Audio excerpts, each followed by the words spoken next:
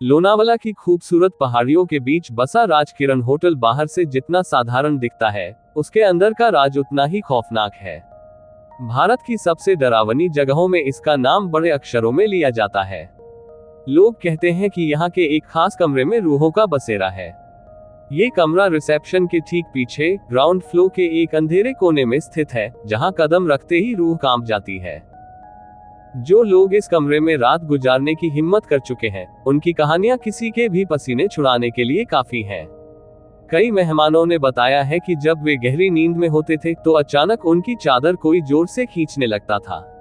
कमरे का दरवाजा अंदर से बंद होने के बावजूद ऐसा लगता था जैसे कोई अदृश्य साया उनके बिस्तर के पास खड़ा होकर उन्हें घूर रहा है। सिर्फ चादर खींचना ही नहीं, इस कमरे में कुछ लोगों ने अपने पैरों के पास एक अजीब सी नीली रोशनी तैरती हुई देखी है। सन्नाटे भरी रात में जब चारों तरफ खामोशी होती है, तब कमरे के अंदर किसी के रोने की धीमी आवाजें और भारी कदमों की आहट सुनाई देती है। कई बार लोगों को ऐसा महसूस हुआ जैसे कोई ठंडी हवा उनके कान के पास से गुजरी हो, जिसने उनका गला सूखने पर मजबूर कर दिया। हैरानी की बात तो यह है कि इन डरावनी घटनाओं के पीछे का असली कारण आज तक कोई नहीं जान पाया। न तो वहां किसी की मौत का कोई पुराना रिकॉर्ड है और न ही कोई पुरानी दुश्मनी। इसी रहस्य की वजह से होटल स्टाफ ने डर के मारे उस कमरे को अब मेहमानों के लिए बंद कर दिया है।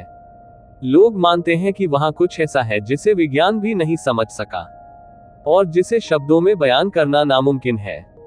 आज भी जब कोई उस बंद कमरे के पास से गुजरता है तो उसे एक अजीब सी बेचैनी महसूस होती है। कुछ लोग इसे सिर्फ मन का वहम कहते हैं, तो कुछ इसे एक अनसुलझा श्राप।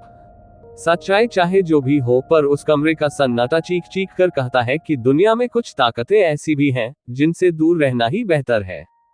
क्या आप में हिम्मत है उस बंद दरवाजे के पीछे झांकने की?